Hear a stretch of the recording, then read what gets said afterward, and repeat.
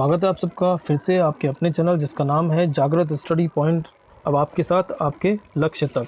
तो दोस्तों अब तक हमने 4 चैप्टर पूरे कर लिए हैं और जो कि वर्णमाला परीक्षण alphabet test, coding decoding test यानी कि कोडिंग डिकोडिंग परीक्षण, रैंकिंग टेस्ट यानी कि क्रम परीक्षण और दिशा परीक्षण यानी कि डायरेक्शन टेस्ट, ये 4 चैप्टर हमने पूरे कर लिए हैं दोस्तों। यदि आपने हमारे पुराने वीडियो, इसके पहले वाले चैप्टर्स के वीडियो जो हैं यदि आपने नहीं देखे हैं तो ज़रूर से देख लीजिएगा, ताकि जो है आपको रीजनिंग पर अच्छी सी पकड़ हो सके। और आज का ये जो है हमारा चैप्टर है बैठक व्यवस्था, यहाँ से शुरू कर रहे हैं हम आज का, जिसका कि पार्ट ये पहला है। यदि आप हमारे चैनल पर पहली बार आए हैं तो आप जो है इस चैनल को सब्सक्राइब ज़रूर कर लीजिए, ताकि आपको हमारे डेली के ये जो रीजनिंग से रिलेटेड वीडियोज़ हैं आपको इसका नोटिफिकेशन मिल सके और आप हमारे सभी वीडियो को आसानी से देख पाएँ। वीडियो यदि आपको अच्छा लगे तो अपने दोस्तों में ज़रूर से शेयर कीजिए, ताकि उन्हें भी इसका प्रॉफिट मिले और हमें सपोर्ट भी मिले। तो आज का ये वीडियो शुरू करते हैं दोस्तों। बैठक व्यवस्था यानी कि सिटिंग अरेंजमेंट। दोस्तों जब किसी वस्तु या व्यक्ति को किसी क्रम में के अनुसार जो है बैठाया या रखा जाता है तो यह व्यवस्था जो है बैठक व्यवस्था कहलाती है। और बैठक जो है अलग अलग तरीक़े से है, गोल घेरे में, फेस सबका केंद्र की ओर, फेस सबका केंद्र से विपरीत में, सीधी रेखा में और इसी प्रकार से चारों कोनों में, ठीक है ना। तो अलग अलग तरीके की बैठक है। तो हम अभी सबसे पहले गोल घेरे में बैठक व्यवस्था के बारे में चर्चा कर लेते हैं, जिसमें कि फेस जो है आपका केंद्र की ओर है और इसमें कुछ टर्म्स का प्रयोग किया जाता है, कुछ शब्दों का प्रयोग किया जाता है। इस तरह के जो प्रश्न होते हैं तो उनमें जो है आपको कुछ चीज़ों को ध्यान रखने से आपको जो है प्रश्न को समझने में बहुत ही ज़्यादा आसानी हो सकती है। तो ये क्या है, इनको हम समझ लेते हैं। पहला है जैसे कि से या के या लेकिन शब्द का प्रयोग होता है तो वह जो है प्रथम व्यक्ति के लिए हो रहा है, ये आप मान के चलिएगा, ठीक है। और यदि जो है प्रश्न में जो या जो की शब्द का प्रयोग हो रहा है तो इसका अर्थ हुआ कि दूसरे व्यक्ति के बारे में प्रयोग हो रहा है, ठीक है। जो या जो की के लिए शब्द का प्रयोग हो रहा है तो यानी कि यह दूसरे व्यक्ति के लिए बात हो रही है। घेरे में जो है व्यक्ति का बायां, व्यक्ति का जो बायां है वो क्लॉकवाइज होगा, ठीक है। यदि गोल घेरे में बैठे हैं और इस गोल घेरे में यदि कोई बैठा है, मैं आपको बता देता हूँ, चलिए आगे मैं आपको बता दूंगा दोस्तों, अभी इसमें थोड़ी सी प्रॉब्लम हो रही है। चलिए, तो गोल घेरे में यदि व्यक्ति बैठे हैं और केंद्र की ओर फेस है तो उसका जो बायां है वो क्लॉकवाइज होगा, ठीक है। बाएं से क्लॉकवाइज और दाएं से एंटी क्लॉकवाइज। आप इतना से याद रखेंगे तो आपका काम आसान हो जाएगा। और अगला है व्यक्ति के आसपास, अगल बगल, ये शब्द यदि प्रयोग हो रहे हैं तो इसका अर्थ है कि वह उसके पड़ोसी हैं, ठीक है। व्यक्ति के आसपास यानी आजू और बाजू, दाएं और बाएं या अगल बगल, ये जो शब्दों का प्रयोग हो रहा है तो यानी कि उसके पड़ोसी के बारे में बात हो रही है। चलिए प्रश्न से समझ लेते हैं इन चीज़ों को। पहला प्रश्न है 6 व्यक्ति एक वृत्ताकार घेरे में केंद्र की तरफ मुख करके बैठे हैं, ठीक है। सीमा का मुख सुरेश की ओर है, ठीक है। तो सीमा का मुख जो है केंद्र सुरेश की ओर है, तो यहाँ सीमा है और ये सुरेश है। ये इन दोनों का जो है फेस सीमा का सुरेश की ओर है, ठीक है। तो ये आमने सामने है। सुरेश संजू के बाईं ओर, ठीक है। सुरेश संजू के बाईं ओर यानी कि क्लॉकवाइज, ठीक है।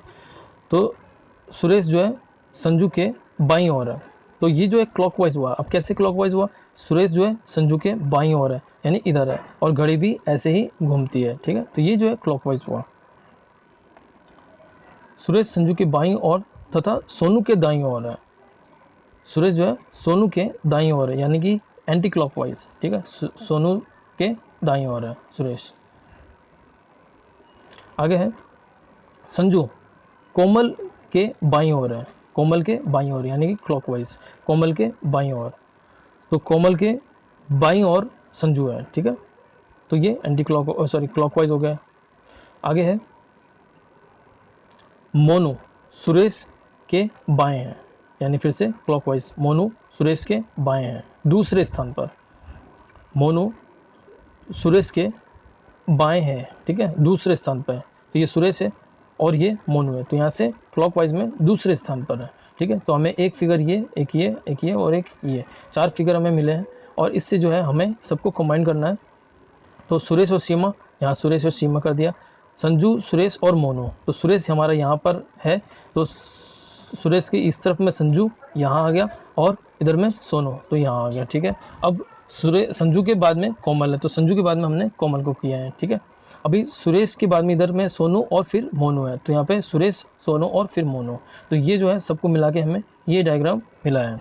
अब प्रश्न क्या है, सीमा के दाईं और दूसरे स्थान पर कौन बैठा है, तो सीमा के दाईं ओर, ठीक है, दाईं ओर दूसरे स्थान पर कौन बैठा है, सोनू बैठा है। तो दाईं ओर हमने ऊपर समझा था, ट्रिक कह सकते हैं उससे आप, कि दाईं ओर यानी कि एंटी क्लॉकवाइज और बाईं ओर यानी कि क्लॉकवाइज। तो जो हमारा उल्टा हाथ है वो हमारा बायां हाथ होता है।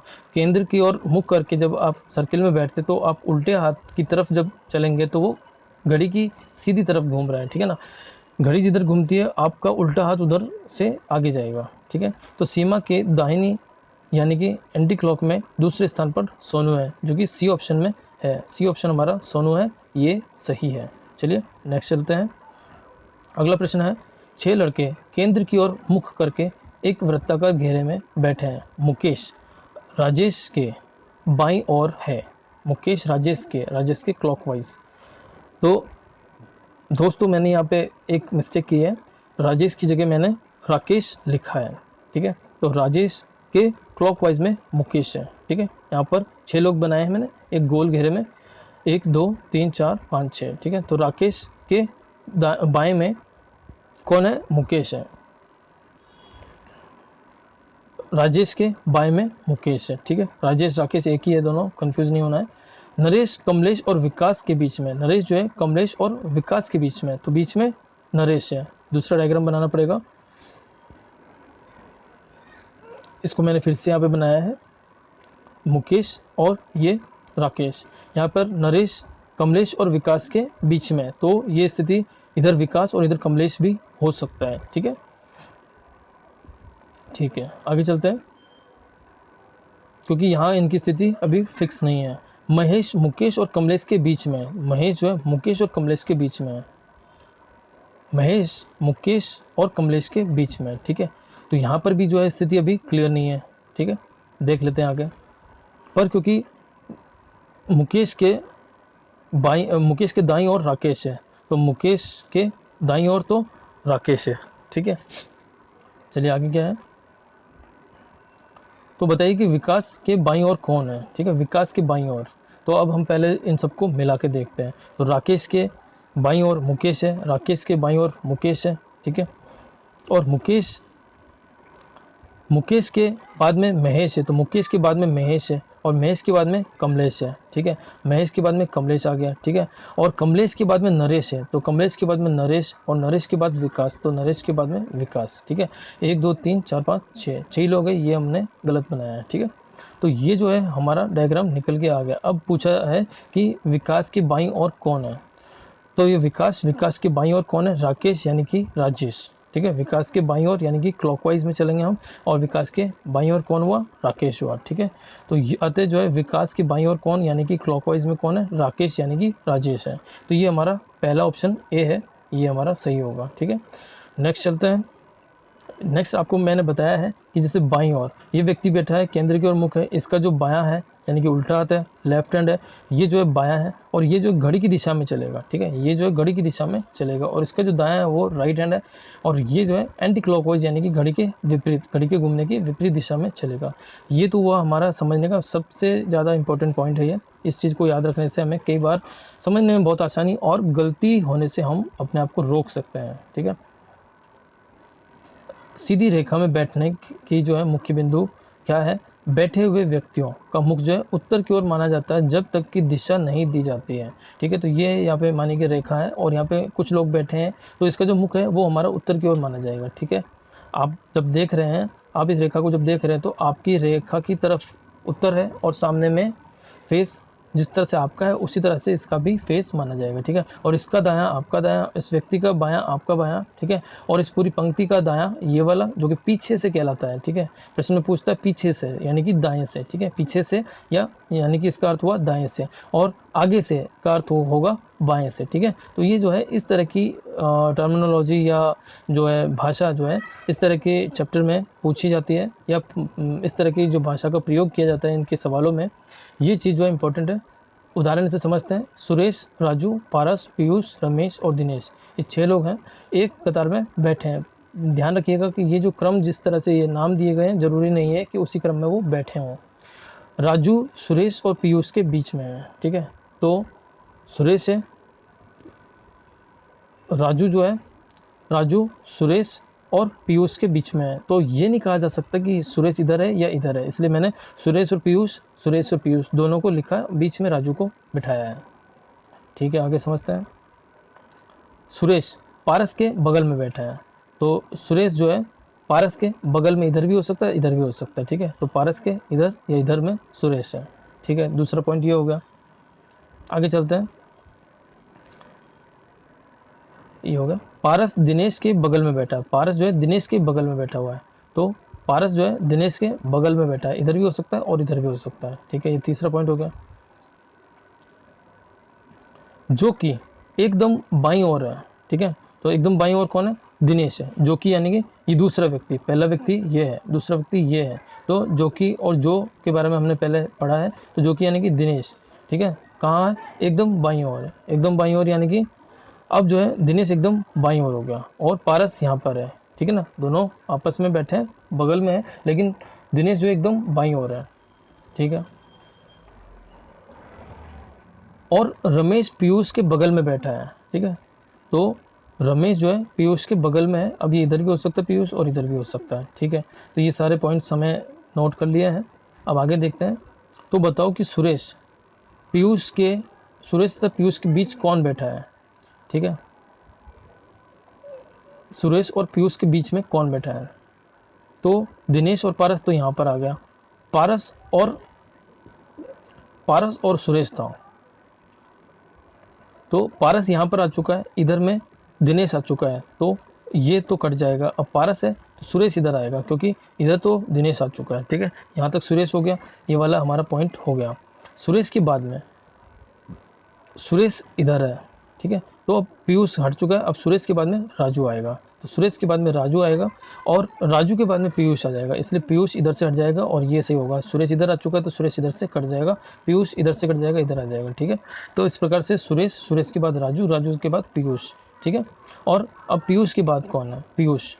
तो पीयूष के बाद में रमेश, क्योंकि पीयूष इधर आ नहीं सकता, पीयूष इधर आ चुका है तो रमेश ही बचा है, तो रमेश सबसे लास्ट में इधर आ जाएगा, ठीक है।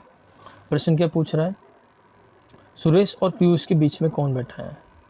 तो सुरेश और पीयूष के बीच में कौन बैठा है? राजू बैठा है। सुरेश और पीयूष के बीच राजू बैठा है, ये हमारा सी ऑप्शन है, राजू, ये हमारा सही होगा। चलिए आगे चलते हैं।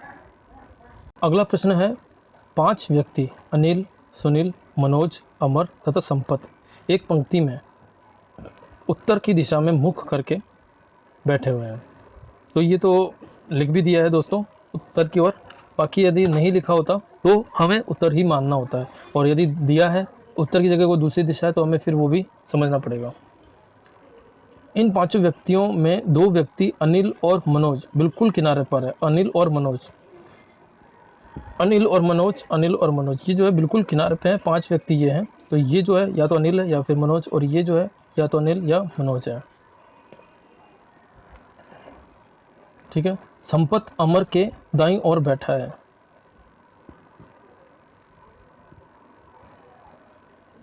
संपत जो है अमर के दाईं ओर बैठा है, तो अमर का दायां संपत है।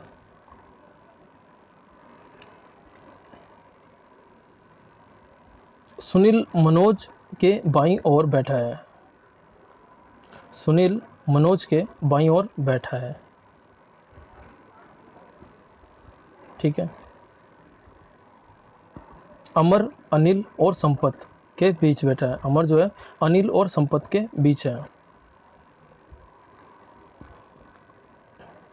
अमर जो है अनिल और संपत के बीच बैठा है। तो दोस्तों यहाँ पर जो है संपत इधर नहीं आएगा, क्योंकि अनिल किसी न किसी एक कोने में है, ठीक है ना, किसी न किसी एक किनारे पे है, तो अनिल इधर आ गया।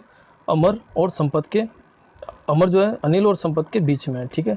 तो अब दोस्तों बाकियों को भी यहाँ पे करते हैं। यहाँ अनिल आ गया, यहाँ अमर, यहाँ संपत, और संपत अमर के बाद में यहाँ पे संपत है, ये भी सही आ गया, ठीक है। और सुनील और मनोज, तो मनोज जो है यहाँ पर इस कोने में आएगा और सुनील जो है यहाँ पर आ जाएगा, ठीक है। ये पांचों की हमें सीक्वेंस मिल गई है। अब प्रश्न को देखते हैं। पहला प्रश्न है, सुनील दाईं ओर से किस स्थान पर है? तो दाईं ओर से, दाईं ओर ये है, बाईं ओर ये है, तो सुनील का दाईं ओर से कौन सा स्थान है? तो दूसरा स्थान है, बी हमारा ऑप्शन इसका सही होगा। पहले का हमारा बी ऑप्शन सही होगा। दूसरा है, बिल्कुल मध्य में कौन सा व्यक्ति बैठा है? तो बिल्कुल मध्य में संपत बैठा है, ठीक है। तो दूसरे ऑप्शन संपत है, सी ऑप्शन में है, ये सी ऑप्शन में संपत है, ठीक है। संपत किस व्यक्ति के बाईं ओर बैठा है? संपत जो है किस व्यक्ति के बाईं ओर? सुनील के बाईं ओर, सॉरी, हाँ, सुनील के बाईं ओर संपत बैठा है। तो सुनील के बाईं ओर संपत बैठा है, बी ऑप्शन में है, बी हमारा इसका सही होगा। अमर के बाईं ओर कौन बैठा है? अमर के बाईं ओर कौन बैठा है? अनिल बैठा है, तो अमर के बाईं ओर अनिल, सी ऑप्शन है, ये हमारा सही होगा, ठीक है दोस्तों। तो इस प्रकार से जैसे जैसे बताया वैसे वैसे हमने इसको लिखा और सभी प्रश्नों को सही सॉल्व किया। इसी तरीके से जो है आप सभी सवालों को आप सही सॉल्व कर सकते हैं। नेक्स्ट प्रश्न है, 5 व्यक्ति एक पंक्ति में बैठे हैं, एल के दाईं तरफ एस है, एल के दाईं तरफ एस है, एल के बाईं तरफ पी है, एल के बाईं तरफ पी है, जो कि के दाईं तरफ है, जो कि पी जो है के दाईं तरफ है, के का दायां ये है, यहाँ पे आ गया। तो अब बचा कौन सा? लास्ट में क्यू बचा है, क्यू यहाँ पे आ जाएगा। दाईं तरफ से पहला विद्यार्थी, तो पंक्ति में दाईं तरफ से पहला विद्यार्थी क्यू हो, ये भी बता दिया कि दाईं तरफ से पहला विद्यार्थी क्यू है, सभी के बता दिया। तो बाईं तरफ से पंक्ति में सबसे पहला विद्यार्थी कौन है? तो बाईं ओर से सबसे पहला विद्यार्थी हमारा के है, तो हमारा डी ऑप्शन के है, ये सही होगा। नेक्स्ट चलते हैं। गीता, सीमा, माया, सीता, चारों मिलकर खेल खेल रहे हैं, ठीक है। सीमा और सीता, गीता और माया जोड़ीदार है, ठीक है। चलिए, सीमा पूर्व दिशा में पीठ करके बैठी है, तो सीमा जो है पूर्व दिशा में पीठ करके बैठी है। सीमा का पूर्व दिशा ये है, तो पीठ इधर है, यानी कि फेस हमारा इसका सीमा का पश्चिम की ओर है।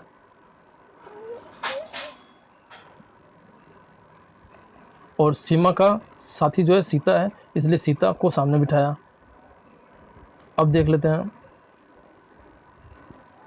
माया उत्तर दिशा में मुख किए हुए है, माया का जो है, माया का मुख है उत्तर दिशा की ओर है, तो यानी कि इसका जोड़ीदार गीता है और गीता फिर इधर बैठेगी, ठीक है।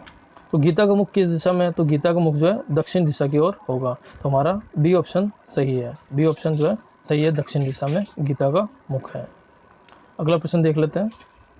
4 मित्र वर्गाकार स्थिति में बैठकर ताश खेल रहे हैं, जैसा हमने ऊपर देखा उसी प्रकार से ये भी है। भवानी के दाईं तरफ राजू बैठा है, तो भवानी के दाईं तरफ राजू बैठा है, ये दाईं तरफ, भवानी के दाईं तरफ राजू बैठा है। सुरेंद्र के बाईं तरफ गोपाल बैठा है, तो सुरेंद्र को यहाँ बैठा दिया, सुरेंद्र के बाईं तरफ गोपाल को बैठा दिया, ये इसका बायां है। क्लॉकवाइज में बायां आ जाएगा और एंटी क्लॉक में दायां आ जाएगा, ठीक है। सभी लोग बैठ गए, गोपाल बैठा था। तो बताइए कि निम्न में से कौन सा युगल खेल में जोड़ीदार था? तो जोड़ीदार जो है आमने सामने के हैं, सुरेंद्र राजू, गोपाल भवानी, गोपाल भवानी ये है, सुरेंद्र राजू नहीं है किसी में भी, भवानी भवानी और गोपाल राजू, सुरेंद्र और गोपाल और राजू, तो ये गोपाल और ये राजू, ये भी नहीं है, सुरेंद्र राजू है और गोपाल और भवानी है, तो गोपाल भवानी हमारा डी ऑप्शन सही है, ठीक है। गोपाल भवानी, डी ऑप्शन हमारा भवानी गोपाल सही है। चलिए नेक्स्ट देख लेते हैं। नीचे दिए गए प्रत्येक शब्द को सार्थक अनुक्रम में व्यवस्थित करने पर कौन सा क्रम बनेगा? जन्म, विवाह, शिक्षा, मृत्यु, अंतिम संस्कार। दोस्तों सबसे पहले जन्म होता है, उसके बाद में उसकी शिक्षा होती है, फिर विवाह, फिर मृत्यु और उसके बाद में अंतिम संस्कार आखिरी है, ठीक है। तो पहला, पांचवा, पहला 5वां केस में इसमें है, फिर इसके बाद विवाह, फिर मृत्यु और उसके बाद में अंतिम संस्कार, यानी कि सी ऑप्शन हमारा सही होगा। जन्म, शिक्षा, विवाह, मृत्यु, अंतिम संस्कार, 1 5 4 2 3, 1 5 4 2 3, ये हमारा सी ऑप्शन सही होगा। नेक्स्ट चलते हैं। सीता गीता से लंबी है। सीता गीता से लंबी है। सीता गीता से लंबी है तथा उसी कक्षा में मीता लंबी नहीं है। उसी कक्षा में मीता से लंबी नहीं है। ठीक है, तो मीता से लंबी नहीं है कौन? सीता।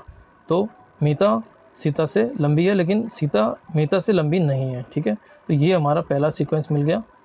अभी टीना मीता से छोटी है। दूसरा है टीना मीता से छोटी है। ठीक है, किंतु सीता से लंबी है। तो जो टीना है वो सीता से लंबी है, तो सीता से टीना लंबी है। यदि मीता कक्षा में सबसे लंबी है तो मीता को जो है सबसे लंबा करना होगा। ठीक है, तो सबसे छोटी कौन है?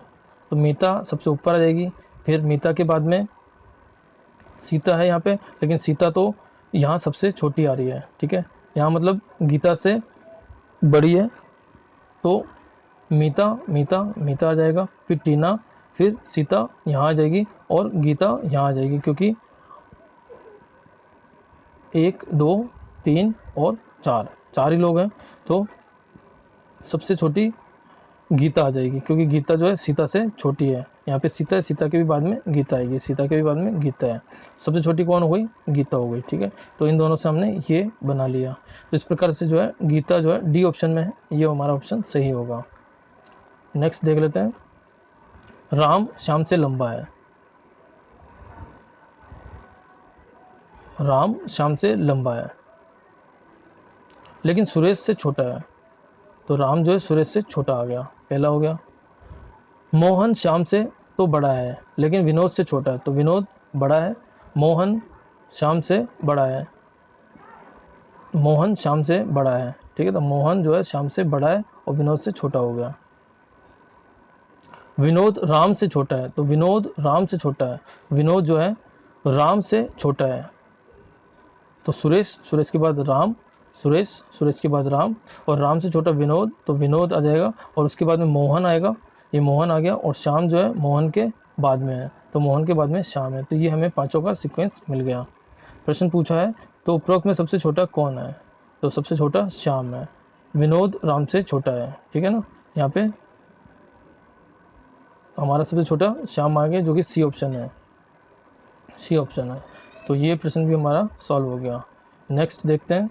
वंश बैंक के खाते में मुकेश से अधिक धनराशि है। वंश के बैंक खाते में मुकेश से अधिक धनराशि है। वंश की, मुकेश से वंश की अधिक धनराशि है। ठीक है, राकेश के खाते में, लेकिन यहाँ पे बात आ रही है कि वंश के खाते में मुकेश से तो अधिक है, लेकिन महेश से कम है। तो महेश से कम है वंश की, और मुकेश से अधिक है। तो यहाँ पे हमने एक ही साइड में एरो बनाया है मुकेश, सॉरी महेश, महेश के बाद ग्रेटर देन वंश, और वंश की ग्रेटर देन मुकेश। ठीक है, तो मुकेश से ज़्यादा राशि वंश की और वंश से ज़्यादा राशि महेश की। अगला है राकेश के खाते में नौरत से कम राशि है, यानी कि नौरत की ज़्यादा है, राकेश की कम है। नौरत की ज़्यादा है, राकेश की कम है। ठीक है, और वंश से अधिक है, किसकी? राकेश की। राकेश की अधिक है वंश से। ठीक है, तो ये दो हमें सीक्वेंस मिल गई है। यदि महेश के खाते में राकेश से कम है, महेश के खाते में राकेश से कम है, तो ये जो है इधर का ज़्यादा है, इधर का कम है, तो महेश की राकेश से कम है, यानी कि हमने महेश को इधर और राकेश को इधर रखा। ये तीन सीक्वेंस हमें मिली है। तो सबसे अधिक धनवान कौन है? तो हम पहले इन तीनों को जमा लेते हैं। राकेश, राकेश से भी ज़्यादा नौरत की है। ठीक है, तो राकेश से ज़्यादा नौरत है, नौरत फिर राकेश, और राकेश के बाद में जो है महेश है। ठीक है, तो राकेश के बाद में यहाँ पे महेश है, और महेश से कम फिर वंश की है यहाँ पर, और फिर वंश के बाद मुकेश यहाँ पर। ठीक है, तो हमें ये जो सीक्वेंस मिला है, यहाँ से हमने तीसरा सीक्वेंस को यहाँ रखा है, फिर दूसरा सीक्वेंस जो है, सॉरी, ये जो दूसरा सीक्वेंस है ये हमने यहाँ रखा है, और उसके बाद में तीसरा सीक्वेंस है ये यहाँ पे रख दिया, राकेश महेश, ये राकेश महेश, और इसके बाद में महेश, वंश और राकेश, ये जो है पहला सीक्वेंस यहाँ पे रख दिया, ठीक है। सबसे धनवान कौन है? नौरथ है। सबसे धनवान ही पूछा है, सबसे धनवान कौन है? नौरथ, यानी बी ऑप्शन हमारा सही है। तो बी ऑप्शन हमारा आंसर सही है। अगला दोस्तों ये जो है 1 से 6 तक सवाल है। 8 व्यक्ति हैं, M, D, K, R, T, H, W और A। ये 8 व्यक्ति हैं, केंद्र की ओर एक वृत्त में बैठे हैं, ठीक है। क्रम देख लेते हैं। D M के दाएं दूसरा है, D जो है M के दाएं, ठीक है, एंटी क्लॉकवाइज, तो M के दाएं दूसरा है, ठीक है। जो T के बाएं पांचवा है, T के बाएं, ठीक है ना, D M T के बाएं पांचवा है, ठीक है ना, तो इसका 1 2 3 4 और ये 5, ये पांचवा है, ठीक है ना। जो के बारे में बात है तो हमने पहले भी बताया दोस्तों, ये दूसरे व्यक्ति के बारे में बात है, ठीक है ना। जो या जो की जब भी आता है प्रश्नों में तो ये दूसरे व्यक्ति के बारे में बात है। तो एम के बारे में बात है और टी के बाएं पांचवा है ना, तो ये हमारा टी के बाएं पांचवा, हमने टी के बाएं क्लॉकवाइज में पांचवें में एम है, ठीक है। तो जब हम टी का स्थान को देना है तो एम के एंटी क्लॉक में 5 गिनेंगे, तो 1 2 3 4 और ये 5, ठीक है। टी का स्थान मिल गया, ये हमारा एक पूरा हुआ। आगे बोलता है के आर के दाएं तीसरा है, के आर के दाएं तीसरा है जो, यानी आर डी के दाएं दूसरा है, डी के दाएं दूसरा आर है। डी के, ये डी का स्थान यहाँ पे हमने ले लिया, डी के दाएं ये दायां है, मतलब एंटी क्लॉक आर है, ठीक है। और आर की स्थिति कहाँ पे बताई गई है? आर जो है के जो है आर के दाएं तीसरा है, आर के दाएं में के तीसरा है, आर के दाएं मतलब एंटी क्लॉक में तीसरा के है, ठीक है। तो ये हमें पहला स्थान मिला। दूसरी स्थिति ये मिली जो कि हमने डी से अनुमान लगा के इसका और इसका स्थान दे दिया। आगे बोल रहा है जो डी के दाएं दूसरा, ये तो हो ही गया हमारा, और एच डब्ल्यू के दाएं दूसरा है, एच जो है डब्ल्यू के दाएं दूसरा है। अब जो है एच जो है डब्ल्यू के दाएं दूसरा है, ठीक है। तो ये जो है एच डब्ल्यू के दाएं दूसरा है। अब यहाँ पे हमने डब्ल्यू के दायां मतलब डब्ल्यू का दायां, तो डब्ल्यू का दायां तो एंटी क्लॉकवाइज एच हमारा दूसरा है, ठीक है। यहाँ यदि ये ना दिया होता तो हम इधर में नहीं दे पाएंगे, क्योंकि यहाँ 2 का स्थान है, तीसरे स्थान पे इधर भी है इधर भी है, ठीक है दोस्तों। तो यहाँ पर ये हो जाएगा और आखिरी बच्चा हमारा ए, जिसको स्थान ये मिलेगा, ठीक है। इन दोनों को जोड़ेंगे तो यहाँ हमारा डी आ गया, तो यहाँ के है, ये के आ गया, डी हमारा यहाँ से यहाँ आ गया, के यहाँ है तो ये आ गया, एम जो है इस के पास में नीचे है तो यहाँ हमारा के और फिर ये एम आ गया। ए का स्थान खाली था तो हमने ए को यहाँ पे खाली की जगह भरा है, आर यहाँ और टी यहाँ, टी क्योंकि यहाँ से है तो यहाँ ये आ गया, और एच हमारा आर के बाएं में है तो एच हमारा आर के बाएं में आ गया। इस तरह से हमने जो है पूरी एक सीक्वेंस बना ली, सभी को बिठा दिया है। अब प्रश्न क्या है? प्रश्न है ए के दाएं दूसरा कौन है? ए के दाएं मतलब एंटी क्लॉक में दाएं दूसरा कौन है? ए के एंटी क्लॉक में दाएं दूसरा कौन है? एम है। ए के दाएं दूसरा एम है, ठीक है ना, ए ऑप्शन है।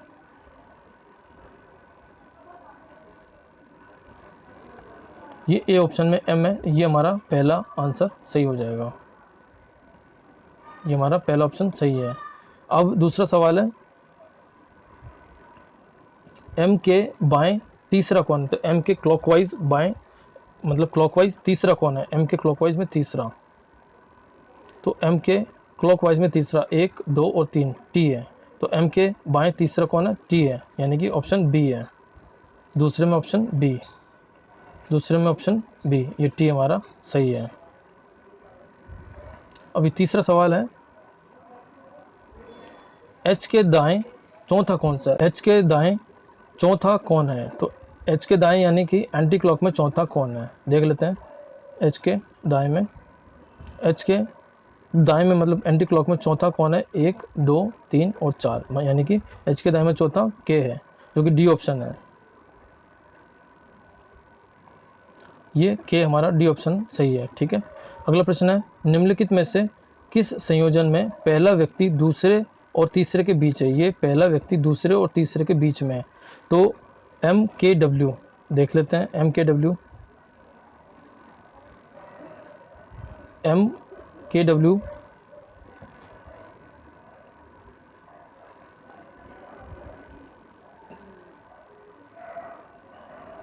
प्रश्न है, पहला व्यक्ति दूसरे और तीसरे के बीच में है। तो KMW यानी कि पहला K बीच में है क्या, MOW के, तो MOW के बीच में नहीं है, साइड में है। तो पहला ऑप्शन हमारा गलत है। दूसरा ऑप्शन MW और D के बीच में है क्या, MW और D के बीच में M नहीं है, ये भी सही नहीं है। तीसरा है RH और T के बीच में है क्या, RH और T के बीच में है, तो ये हमारा ऑप्शन जो है सही होगा। बीच में कौन है, RH और T के बीच में, सी ऑप्शन हमारा सही है। चौथा भी एक बार देख लेते हैं, T A और K के बीच में है क्या, T जो है A और K के बीच में नहीं है, साइड में है, तो ये हमारा ऑप्शन गलत है। सी ऑप्शन हमारा सही है। ठीक है, अगला प्रश्न देख लेते हैं, A और W परस्पर स्थान बदल दें। ठीक है, A और W परस्पर स्थान बदल दें तो R के बाएं तीसरा कौन होगा। तो R के बाएं क्लॉकवाइज में तीसरा, पहला दूसरा और तीसरा, W की जगह A आ जाएगा। ठीक है, तो यहाँ पर R के बाएं तीसरा कौन हुआ, A हो जाएगा। ठीक है, तो पांचवे में हमारा A ऑप्शन जो है तीसरा A होगा, और C में है पांचवे का सी ऑप्शन A वो सही होगा। ठीक है, निम्नलिखित में से किस जोड़े में दूसरा व्यक्ति पहले के तुरंत बाएं बैठा है। तो दूसरा व्यक्ति पहले के तुरंत बाएं, यानी कि W क्लॉकवाइज में M पर है क्या, W क्लॉकवाइज में M पर,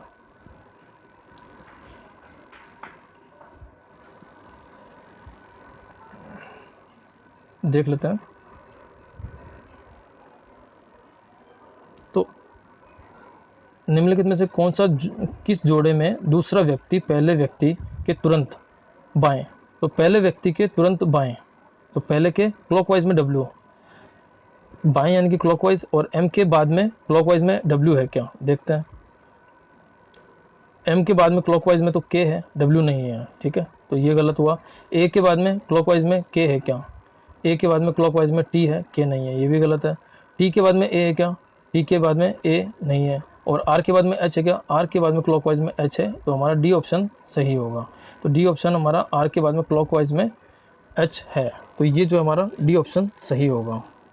नेक्स्ट प्रश्न देखते हैं दोस्तों, निम्नलिखित जानकारी को ध्यान से अध्ययन करके नीचे दिए गए प्रश्न को हल करना है। P A D Q T M R और B केंद्र मुख होकर एक वृत्त में बैठे हैं। ठीक है, D T के बाएं तीसरा है, D जो है T के बाएं क्लॉकवाइज में तीसरा है, D जो है क्लॉकवाइज में T के तीसरे में है, तो T के तीसरे में है। ठीक है ना, T के हमारा तीसरा में D बैठा है। ठीक है, ये सही है, बिठा दिया हमने। जो P के, जो यानी T के दाएं पांचवा है, T के दाएं पांचवा P है, T के दाएं पांचवा P है, तो दूसरा है, जो का मतलब दूसरा है ना, जो मतलब T के P के बाएं, P के दाएं पांचवा T है। ठीक है ना, P के दाएं पांचवा T है, तो P के दायां यानी एंटी क्लॉक में पांचवा। ठीक है, तो यहाँ पे T हमको पता चल चुका था, P का नहीं है, तो यानी कि हमको क्लॉकवाइज में पांचवे पे चलाना है, और जहाँ पे पहुँचेंगे तो वो P का स्थान है। ठीक है, जिसका P का हमें नहीं पता था, तो हमें T से बाएं चलना होगा, और T से बाएं पहला दूसरा तीसरा चौथा और पांचवा में P है, ये स्थान हमारा पूरा हुआ। आगे है A B के दाएं तीसरा है, A B के दाएं तीसरा है, A जो है B के दाएं तीसरा है, तो B का जो दायां है तीसरे पे A है। ठीक है, तो ये हमारा देख लेते हैं इसके आगे क्या है। जो कि डी के दाएं दूसरा है। तो बी जो है डी के दाएं में दूसरा है, डी के दाएं में दूसरा है बी, ठीक है। तो इस प्रकार से जो है हमने ये वाला फिगर भी पूरा किया।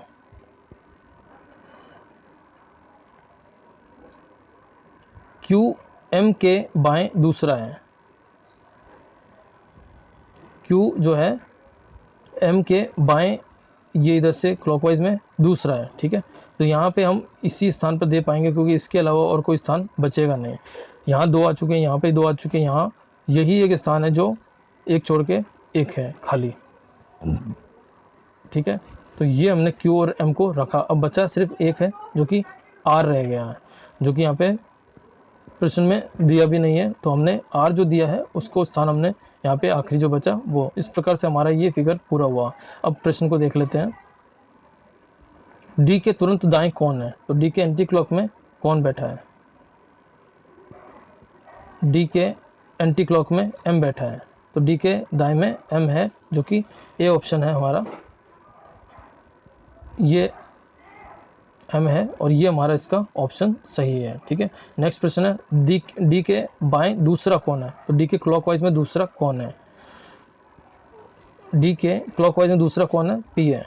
तो ये हमारा D ऑप्शन में P है, 8वें में ये D ऑप्शन में P है हमारा, ये सही होगा, ठीक है। अगला प्रश्न है निम्नलिखित में से कौन सा जोड़ा A के निकटतम पड़ोसी को दर्शाता है? A के पास में कौन है दोनों तरफ, ठीक है। PT PR देख लेते हैं। A के बाद में PT तो नहीं है, PR, ये जो हमारा B ऑप्शन सही होगा। तो A के पड़ोसी PR है, जो कि B ऑप्शन सही है, ठीक है। अगला प्रश्न देख लेते हैं। निम्नलिखित में से किस जोड़े में पहला व्यक्ति दूसरे व्यक्ति के तुरंत दाएं बैठा है? तो दूसरे व्यक्ति के दाएं, दूसरे व्यक्ति के एंटी क्लॉक में, ठीक है ना। M के एंटी क्लॉक में D है क्या? देखते हैं। M के एंटी क्लॉक में D नहीं है, ये क्लॉक में है, ठीक है। तो ये गलत है। B के एंटी क्लॉक T के एंटी क्लॉक में B है क्या? T के एंटी क्लॉक में B है क्या? नहीं है, क्लॉक में है ये। A के R के एंटी क्लॉक में A है क्या? तो R के एंटी क्लॉक में A ये है। तो हमारा ये ऑप्शन R के एंटी क्लॉक में A है, ठीक है ना। तो ये हमारा C ऑप्शन सही हो जाएगा। P के एंटी क्लॉक में Q के एंटी क्लॉक में P है क्या? तो Q के एंटी क्लॉक में P नहीं है, क्लॉक में है, ठीक है ना। तो ये हमारा ऑप्शन गलत है, C ऑप्शन हमारा सही हो जाएगा, ठीक है। तो दोस्तों ध्यान से इसको बनाने से, जब आप एक बार सही डायग्राम बना लेते हैं तो उसके बाद जो है आपके सभी प्रश्न सही हो सकते हैं। सिर्फ ये ध्यान रखना कि हमें जो भी हमने जो डायग्राम जिस तरह से प्रश्न दिया गया है उसी प्रकार से हम जब इसको डायग्राम में सेट करते हैं, चित्र में जब सेट करते हैं, तो ये करना बहुत ज़्यादा इंपॉर्टेंट हो जाता है। तो दोस्तों आज के लिए इतना ही। अगला जो है नेक्स्ट वीडियो में देखेंगे हम, और हमारे थ्रू जो है आप एग्ज़ाम की जो है पक्की तैयारी कर सकते हैं। रीजनिंग का अगला जो वीडियो रहेगा वो 22वां वीडियो रहेगा, चैप्टर बैठक व्यवस्था यानी सिटिंग अरेंजमेंट का दूसरा पार्ट। जल्द ही आप अगला वीडियो देखेंगे। यदि आपको वीडियो अच्छा लगा हो तो शेयर ज़रूर कीजिएगा अपने दोस्तों में, लाइक कीजिए, और कुछ पूछना है तो आप कमेंट में पूछ सकते हैं। हो सकता है कि वही सवाल जो है आपके दूसरे साथियों का भी हो, और आपके द्वारा पूछे गए सवाल का जवाब जब हम देंगे तो दूसरों की मदद भी आप इस प्रकार से इनडायरेक्ट वे में कर सकते हैं। दोस्तों यदि आप हमारे चैनल में पहली बार हैं तो आप इसको जो है वीडियो को और हमारे चैनल को सब्सक्राइब ज़रूर कीजिए। आज के लिए इतना ही दोस्तों, नमस्कार।